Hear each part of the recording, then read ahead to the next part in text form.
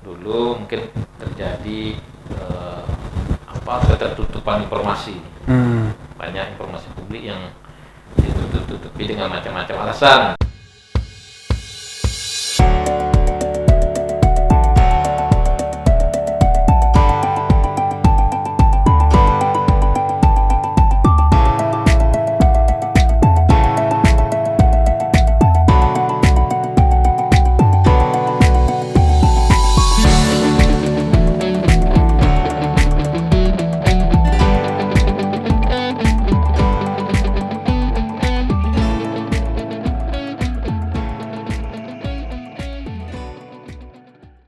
Kerabat Andalas TV, kita berjumpa lagi dan saat ini sudah hadir bersama kita Bang Sondri BS, salah seorang politisi saat ini ya. Tapi sebelumnya yang bersangkutan ini adalah seorang aktivis dan selalu berada pada jalur independen. Tapi kenapa dia memutuskan menjadi politisi, ini perlu kita perbincangkan lebih lanjut ya. Iya dah. Saya secara pribadi cukup menarik juga bagi saya. Udah kan seorang aktivis dan cukup lama ya menjadi di lembaga apa? KPU ya, dah? KPU dan Komisi Informasi. Dan Komisi Informasi. 15 tahun ya. Sebelum di KPU di mana? Sebelum di KPU?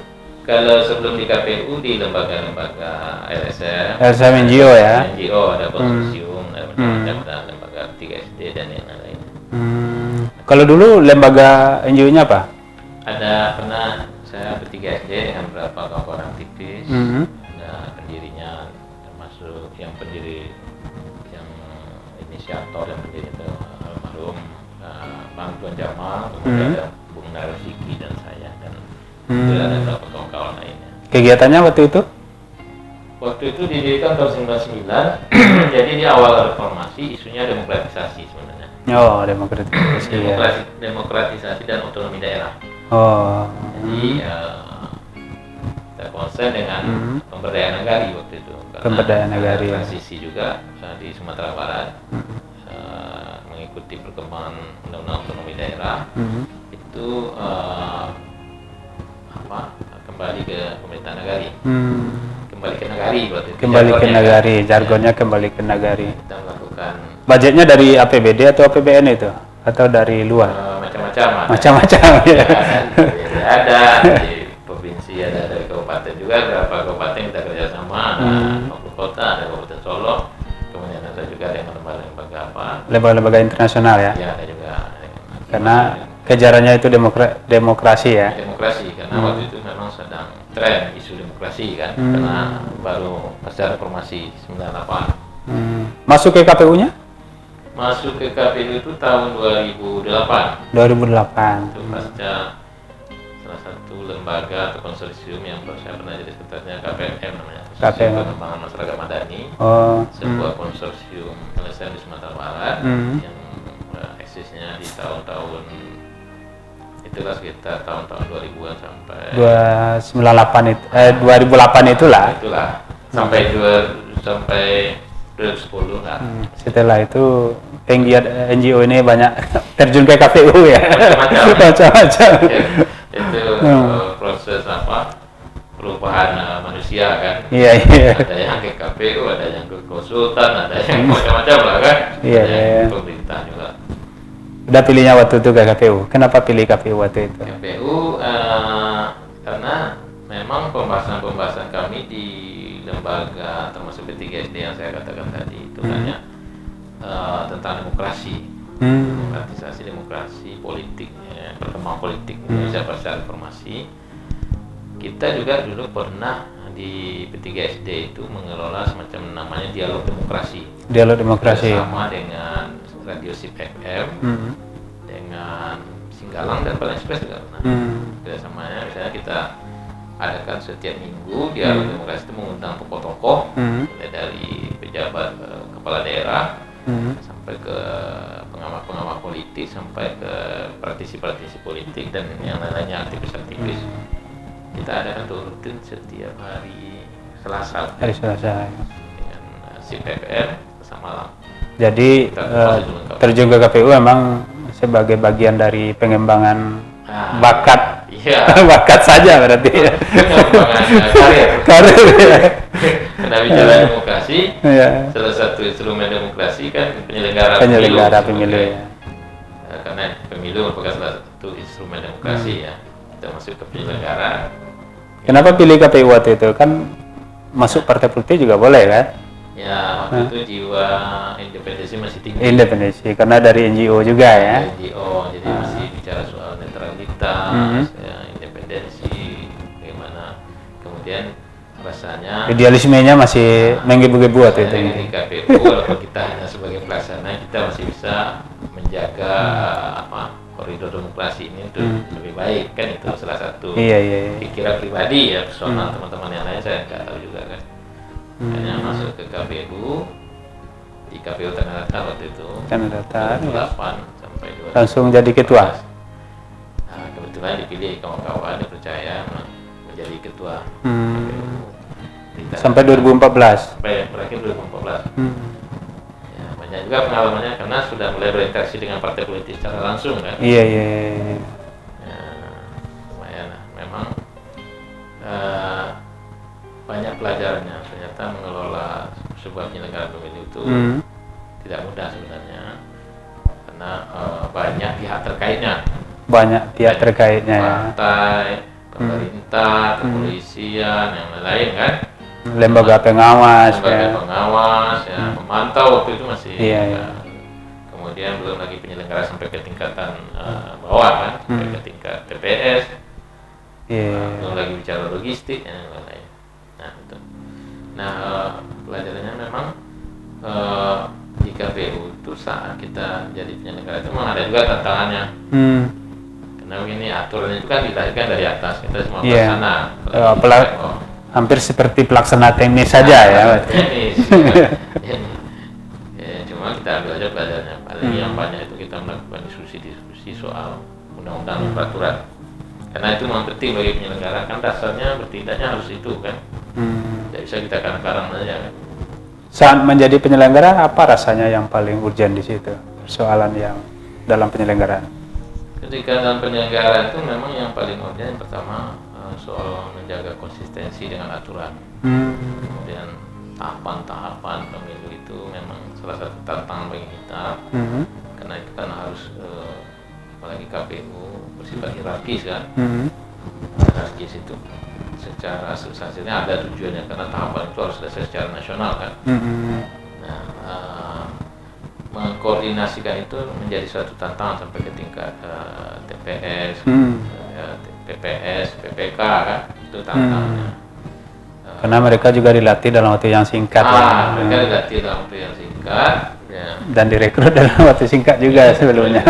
Cuma di masa saya di KPU itu banyak juga yang di PPK, PPS teman-teman penyelenggara udah lama. Ada bahkan yang mengaku saya menyelenggara pemilu ini sudah dari zaman Orde Baru, Pak. Sudah berpengalaman ya. Ya karena di desa di Nagaria, di desa di Jorongan dia juga aktivisnya kan. Mungkin orang pintar cuma dia yang digabung. Kampanye kan. Ke desa, ke Nagaria. Tapi yang mau mengurus mungkin dia cuma mungkin. Nah, salah satu yang kita buat di KPU Tanah Datar, kita memang membuat buku laporan tahapan itu kita olah menjadi sebuah buku. Jadi sebuah buku itu supaya ada dasar pembelajaran di negara-negara. Oh, ternyata alurnya seperti ini. Kemudian masalahnya apa yang bisa kita cermati ya. Nah, kehati-hatian itu yang paling penting. Selesai 2014. Setelah itu coba mulai ikut tes komisi informasi kan. Tes komisi informasi ya. Ternyata menarik juga sebenarnya komisi informasi itu, karena masih terkait dengan demokratisasi ya. Bagaimana demokrasi itu juga melindungi hak publik ya, contoh informasi publik, dan bagaimana juga tanggung jawab badan publik memenuhi hak-hak informasi publik, dan masyarakat itu kan bagian dari demokrasi juga, hak asasi kan. Iya. Nah, menarik juga sebenarnya. Maka itu salah satu demokrasi itu kan keterbukaan dan kebebasan, salah satu apanya itu kan maknanya. Nah, dulu mungkin terjadi ketertutupan informasi. Banyak informasi publik yang ditutup-tutupi dengan macam-macam alasan. Contohnya ini dokumen negara, yang padahal itu kan dokumen publik, itu kayak hak orang kan. Nah itu undang-undang nomor 14 tahun 2008 tentang keterbukaan informasi publik itu. Orang kan nggak suka dilihat kerjanya. Suka. Apalagi ada angka-angka yang cukup besar di situ. Apalagi terkait masalah keuangan. Padahal di undang-undang keterbukaan informasi itu kan dibolehkan sebenarnya kalau ada kepentingan, ada urusan. Nah, itu. Tapi di Komisi Informasi cuma 1 periode. 1 periode, di KPU juga 1 periode. Dan saya kurang hobi berlama-lama. Satu periode. Saya lihat ada juga di KPU itu 4 periode kan. Di kabupaten 2 periode, di provinsi 2 periode. Gitu. Cukup menyenangkan itu menjadi penyelenggara. Tapi semakin tahu semakin banyak juga mungkin kemungkinan menari-narinya ya. Semoga saja tidak ya. Itu kan. Tapi sekarang memutuskan ke politik ini menarik juga saya pikir nih. Banyak veteran komisioner KPU ini yang memilih terjun ke politik.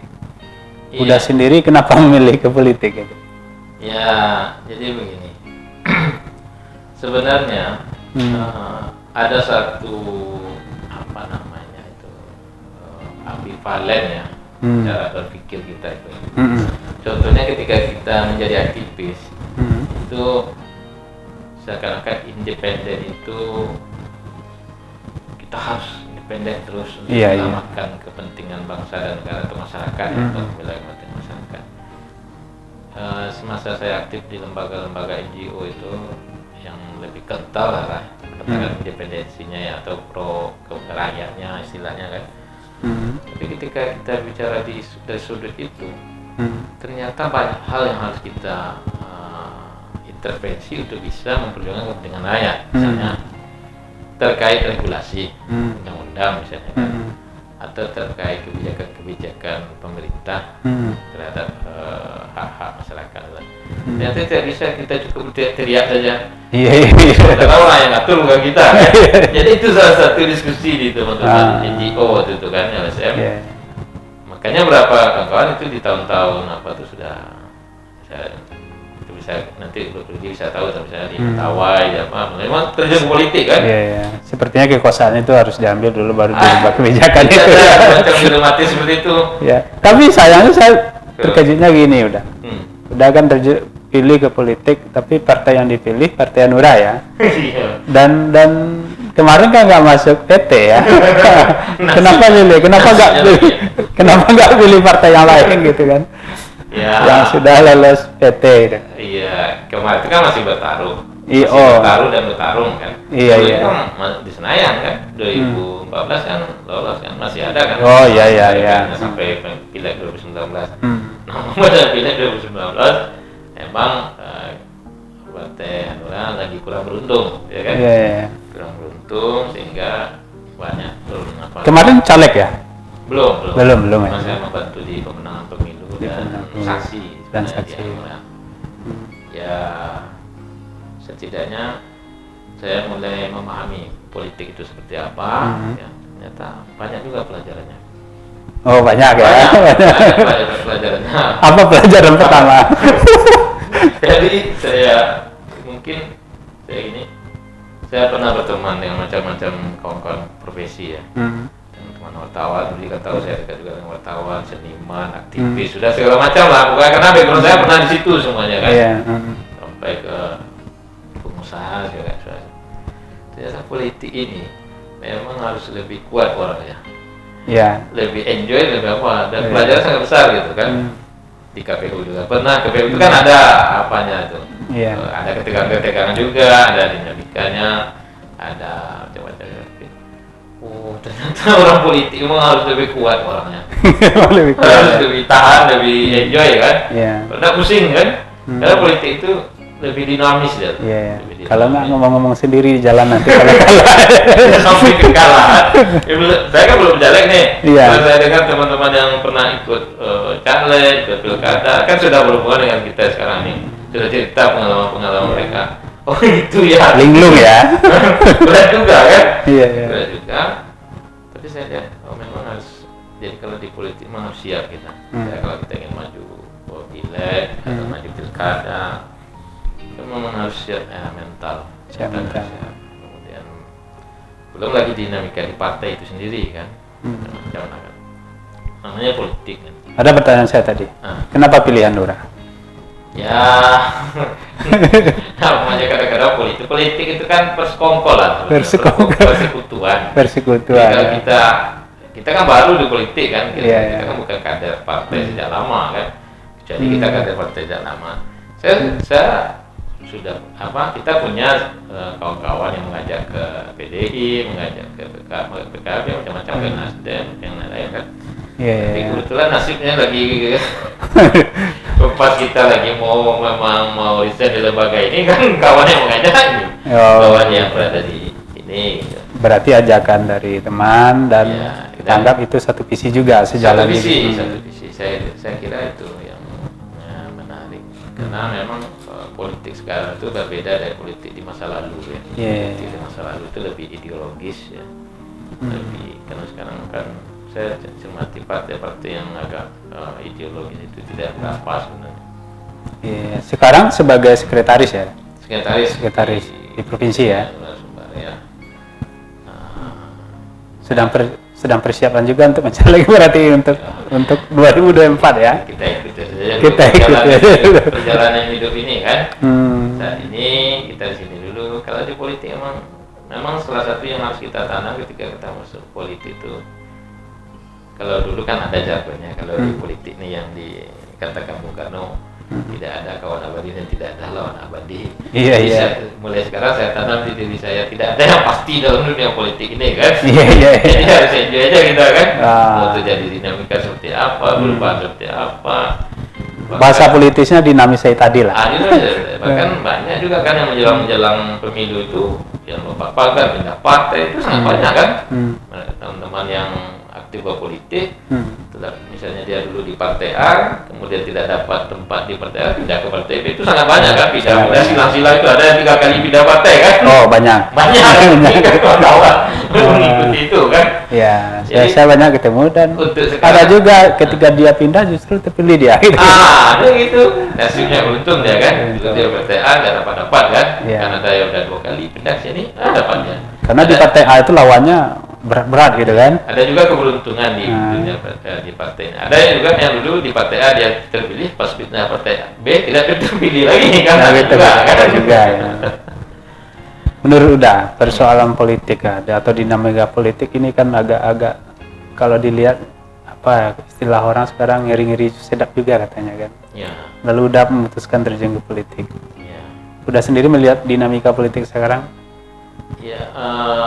Dunia politik sekarang itu pertama memang masih istilahnya kita kan berangkatnya dari sebenarnya banyak teman-teman aktivis itu yang masuk ke politik ya. Kalau secara nasional pun saya tanda-tandai rata-rata banyak juga itu yang sekarang menjadi kalau saya melihat di Ring Tengah itu dan mereka menjadi mesin sebenarnya. Penggerak ya. Rombongan Pak Dizon, dari Piliang, Dimas Sujat Miko, si Willy, kan aktivis-aktivis semua juga. Teman-teman itu kan banyak kan. Sumatera Barat juga begitu. Nah, jadi pasti terasa. Mereka kalau cerita personal dulu bayangnya seperti ini, ternyata ketika masuk di politik seperti ini. Atau memang alurnya seperti itu dah, misalnya sejak mahasiswa idealis demo gitu kan. Setelah itu beraktivitas lalu terjun ke politik, siap itu kita lagi di demo kan. Siap menjabat di demo lagi, kita lagi yang otoriter gitu kan. Jadi ada teman saya. Kita lagi yang marah-marah sama mahasiswa gitu kan. Itu ada cerita juga, tapi kita kan tidak bisa sebut nama. Jadi ada seorang kawan dulu waktu 98 dia latang lah saudara kan. Pas duduk jadi anggota DPRD yang kita demo kan, ada dosen saya yang bilang waktu itu, tengok lah ini teman kamu yang itu tuh dulu dia yang demo, sekarang dia kita demo kan. Itu sudah aku alami ya. Begitu juga generasi dulu misalnya angkatan 66 ya kan, seperti Bang Akbar yang lain itu kan kembali jadi demo itu aku alam. Tapi yang paling penting sebenarnya setiap kita itu kan ada fase-fasenya. Di masa mahasiswa, di masa jadi aktivis kita lakukan tugas kita, tanggung jawab kita, tugas kita itu tugas sejarah kita di masa mahasiswa. Ya kalau kita harus turun ke jalan. Kalau kita harus kritik, harus aktif membangun kapasitas intelektual kita bangun. Nah di masa aktivis, di masa ya. Kalau saya berpikir seperti itu saja. Oke, terima kasih atas kehadirannya di Andalas TV. Semoga bermanfaat. Kerabat Andalas TV, demikian perbincangan kita dengan Bang Sondri BS, Sekretaris DPD Hanura Sumatera Barat.